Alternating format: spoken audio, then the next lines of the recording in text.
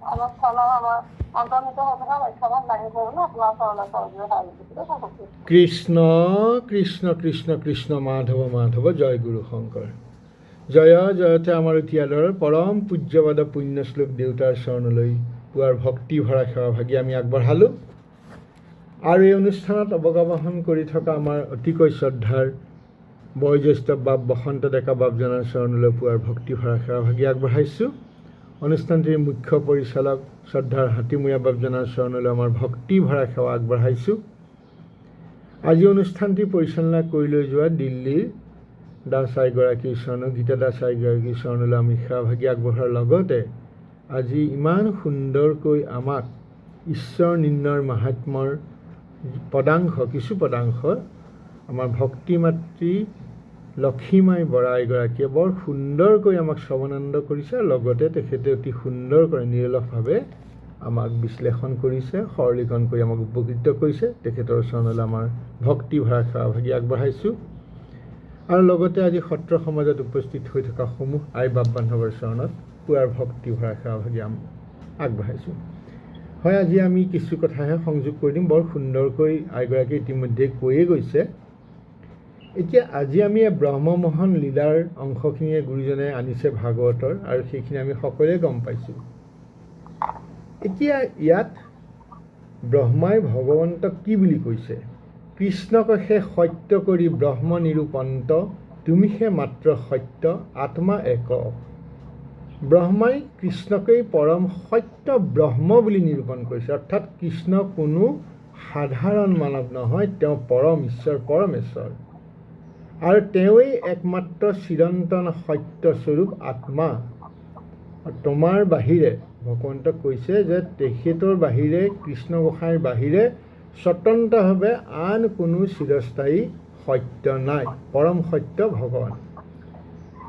আৰু ইয়াত সুন্দৰকৈ কৈছে, নুহি কয় সত্য আন বিকাৰ যতেক।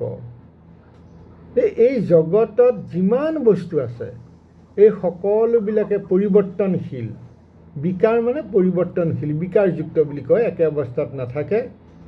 সেয়েহে এইবোৰ পৰম সত্য নহয়। জন্ম আদি তোমাৰ বিকাৰ নাহি কয়। ভগৱন্তৰ যি জন্ম হৈছে বুলি কৈছে, জন্ম ভগৱন্তৰ নহয়, অপৰাধ মাৰ্জন কৰিব। জন্ম, বৃদ্ধি, পৰিৱৰ্তন, মৃত্যু, ক্ষয় জীৱৰ ক্ষেত্ৰত প্ৰযোজ্য, কিন্তু ভগৱান কৃষ্ণৰ ক্ষেত্ৰত এইবোৰ নাথাকে। তেওঁৰ জন্মও সাধাৰণ জীৱৰ দৰে কৰ্মফলিত জন্ম নহয়, তেওঁ দিব্য বিভাগ। অৰ্থাৎ আমি জন্ম, জীৱৰ জন্ম হয় কৰ্মৰ অধীন, মায়াৰ অধীন, আৰু ভগৱান আহে অৱতাৰ ৰূপে, পূৰ্ণ অৱতাৰ ৰূপে শ্ৰীকৃষ্ণ আহিছে, স্ব ইচ্ছা আহিছে, মায়াৰ অধীনত নহয়।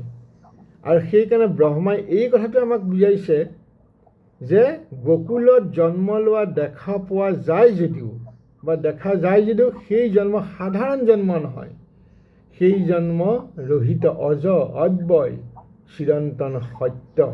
ইমান সুন্দৰকৈ ইয়াত গুৰুজনাই বুজাই দিছে। আমাৰ ক'ৰবাত কৈছে ব্ৰহ্মমোহনৰ পৰা এই কথাখিনি কৈছে।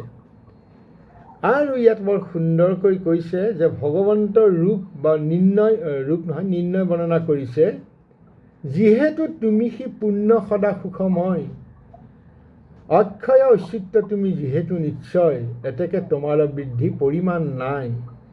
এই কথাষাৰত কোৱা হৈছে যে জীৱই জন্ম হয়, বৃদ্ধি হয়, বুঢ়া হয় আৰু মৰে, আৰু ভগৱানৰ ক্ষেত্ৰত এইটো প্ৰযোজ্য নহয়। গকুলত শিশুৰূপে দেখা দিলেও কৃষ্ণক তেতিয়াও পূৰ্ণ পৰম ব্ৰহ্ম।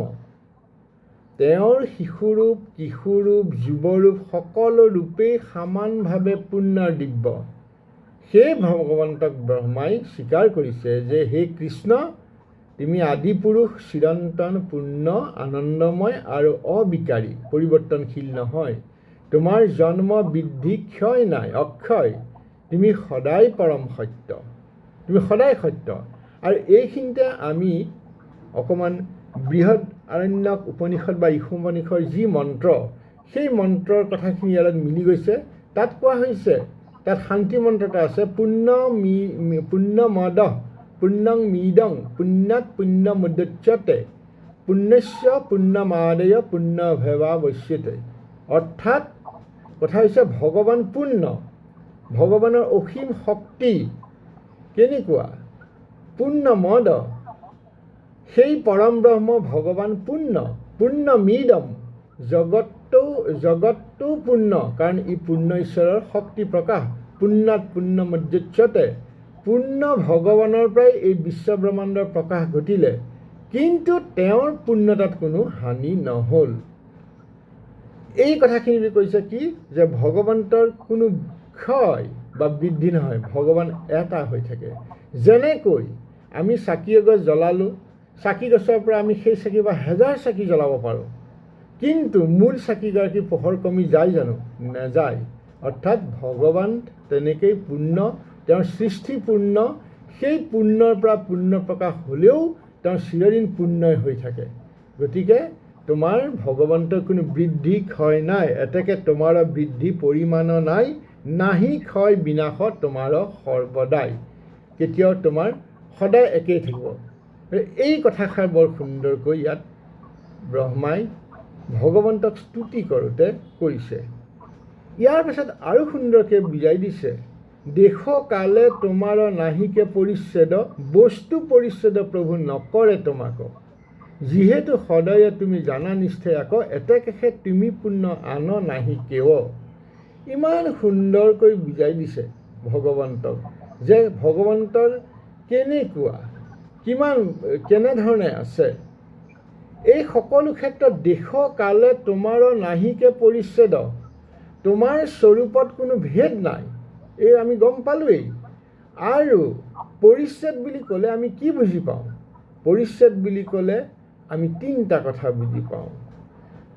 সেই হৈছে কি যে দেশৰ পৰিচ্ছেদ মানে কোনো এটা বস্তু নিৰ্দিষ্ট ঠাইত থাকে, কালৰ পৰিচ্ছেদ মানে কোনো এটা নিৰ্দিষ্ট সময়লৈকে থাকে, কিন্তু ভগৱন্ত সদায় আছে আৰু ভৱিষ্যতেও থাকিব, সকলো সময়তে তেওঁ থাকিব। বস্তু পৰিচ্ছেদে নকৰে তোমাক, জগতৰ বস্তু ইটোৰ পৰা সিটো পৃথক বস্তুবোৰ, কিন্তু তোমাৰ বাহিৰে স্বাধীনভাৱে থকা কোনো বস্তু নাই, সকলো তোমাৰেই শক্তিৰ প্ৰকাশ হৈছে। সেয়ে ভগৱন্ত কোনো বস্তুত সীমাবদ্ধ কৰি ৰাখিব নোৱাৰি। এই যে কথাষাৰ ক'লে, তাৰপিছত ক'লে যিহেতু সদয় তুমি জানা নিশ্চয় আকৌ। গতিকে সেই প্ৰভু জ্ঞানী আৰু শাস্ত্ৰজ্ঞসকলে এই কথাত জানে, যে কি জানে, যে তুমি পূৰ্ণ ব্ৰহ্ম, তোমাৰ কোনো অভাৱ নাই, তোমাৰ সমান বা তোমাতকৈ ডাঙৰ কোনো নাই।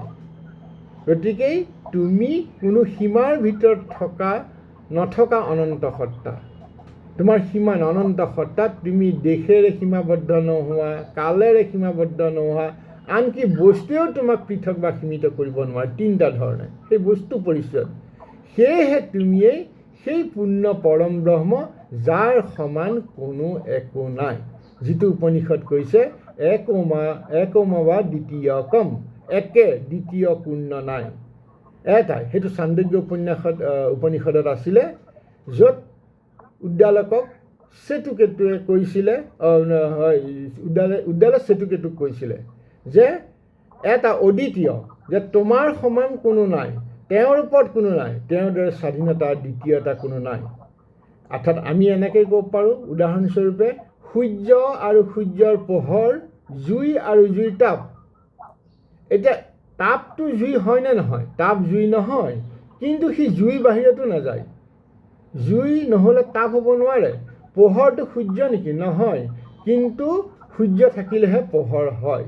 এতিয়া ঠিক ভগৱন্তৰ কথাখিনি আমাৰ তেনেকুৱাই বুলি আমি ধৰিব পাৰোঁ।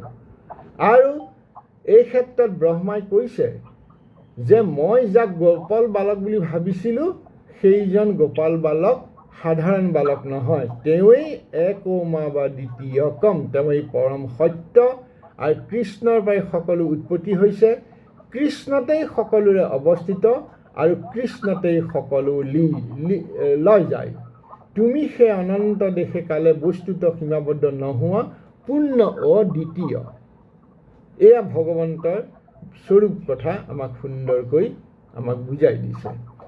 ইয়াৰ পাছত বৰ সুন্দৰকৈ কৈছে, তুমি সেই প্ৰকাশ প্ৰভু দেৱতাৰ দেৱ উপাধি ৰহিত তুমি দেৱ নিৰঞ্জন এতেকে তুমি সেই সত্য প্ৰভু নাৰায়ণ একদম চূড়ান্তভাৱে কৈ আছে কি কৈছে যে তুমি সেই প্ৰকাশ প্ৰভু দেৱতাৰ দেৱ উপাধি ৰহিত উপাধিৰ পৰা তুমি ৰহিত আমি আগে আলোচনা কৰিছোঁ যে তুমি কোনো ভৌতিক উপাধি বা সীমাবদ্ধতাৰ অধীন নহয় তোমাৰ ওপৰত মায়াই কোনো প্ৰভাৱ কৰিব নোৱাৰে আৰু সেইকাৰণে তুমি নিৰঞ্জন জগতৰ সকলো বস্তু সময়ৰ লগে লগে পৰিৱৰ্তিত হয় কিন্তু তুমি কেতিয়াও পৰিৱৰ্তিত নোহোৱা আৰু সেয়ে কৈছে তুমি প্ৰকৃত সত্য চিৰন্তন সত্তা আৰু পৰম নাৰায়ণ তুমিয়েই এই কথাখিনিৰ পৰাই বাৰে বাৰে আমাক কি কৈ আছে যে জগতৰ সকলো অনিত্য বস্তুৰ আশ্ৰয় আৰু কাৰণ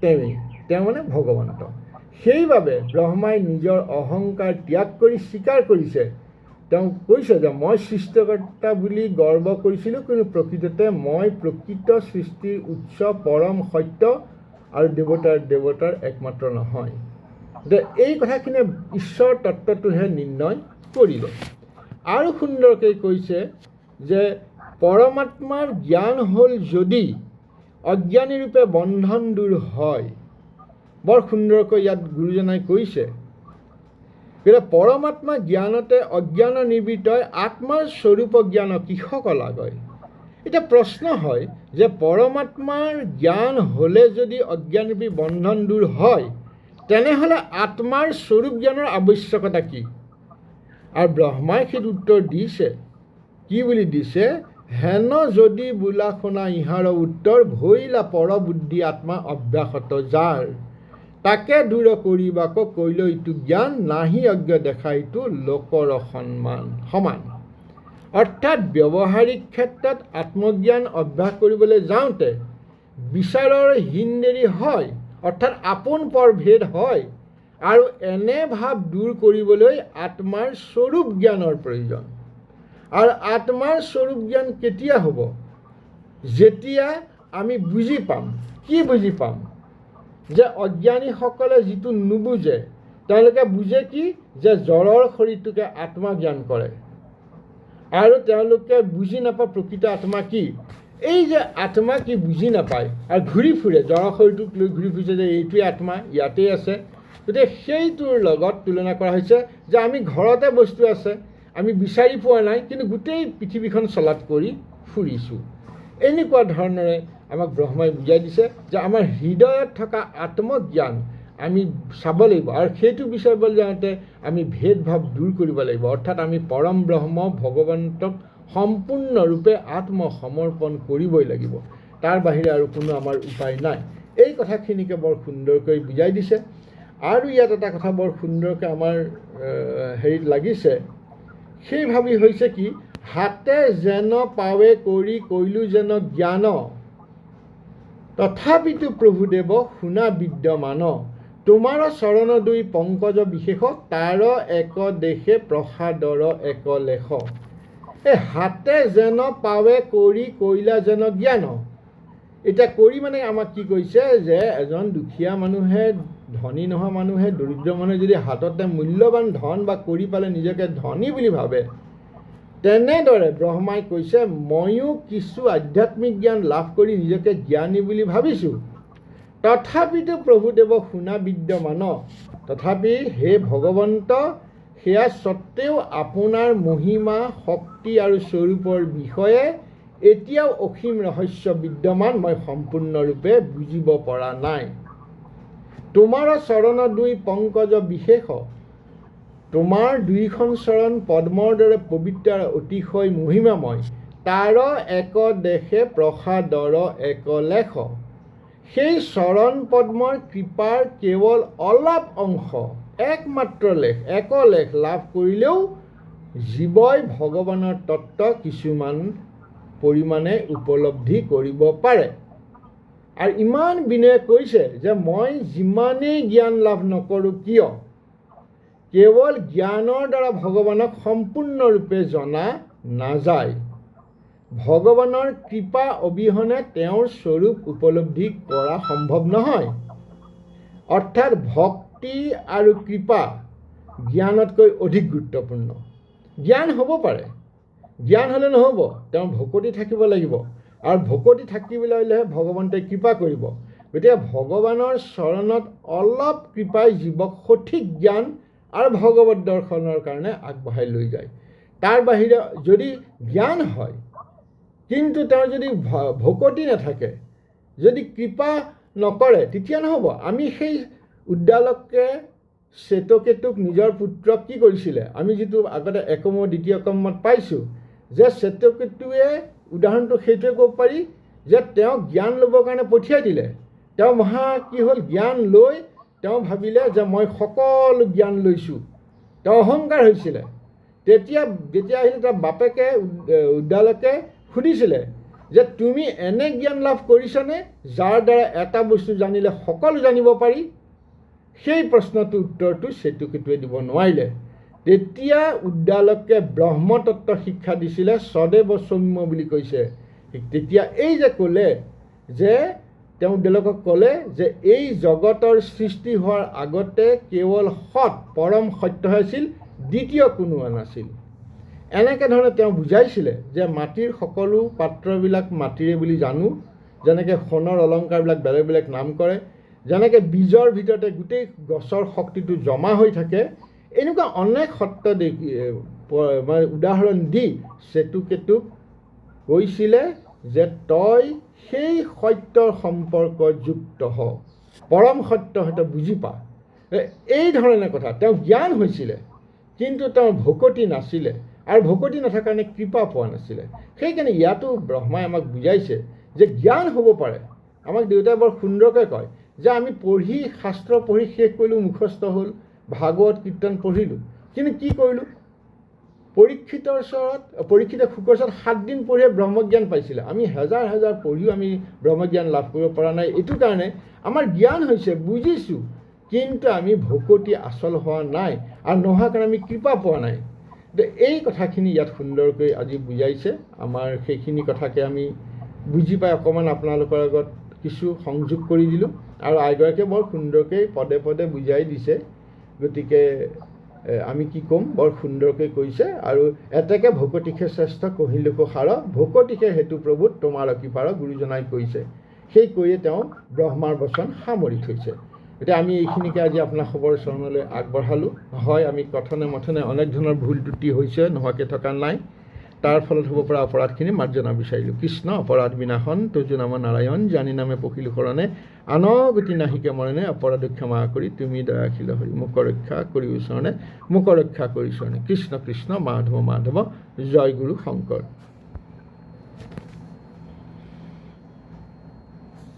কৃষ্ণ মই সামৰিছোঁ। কৃষ্ণ।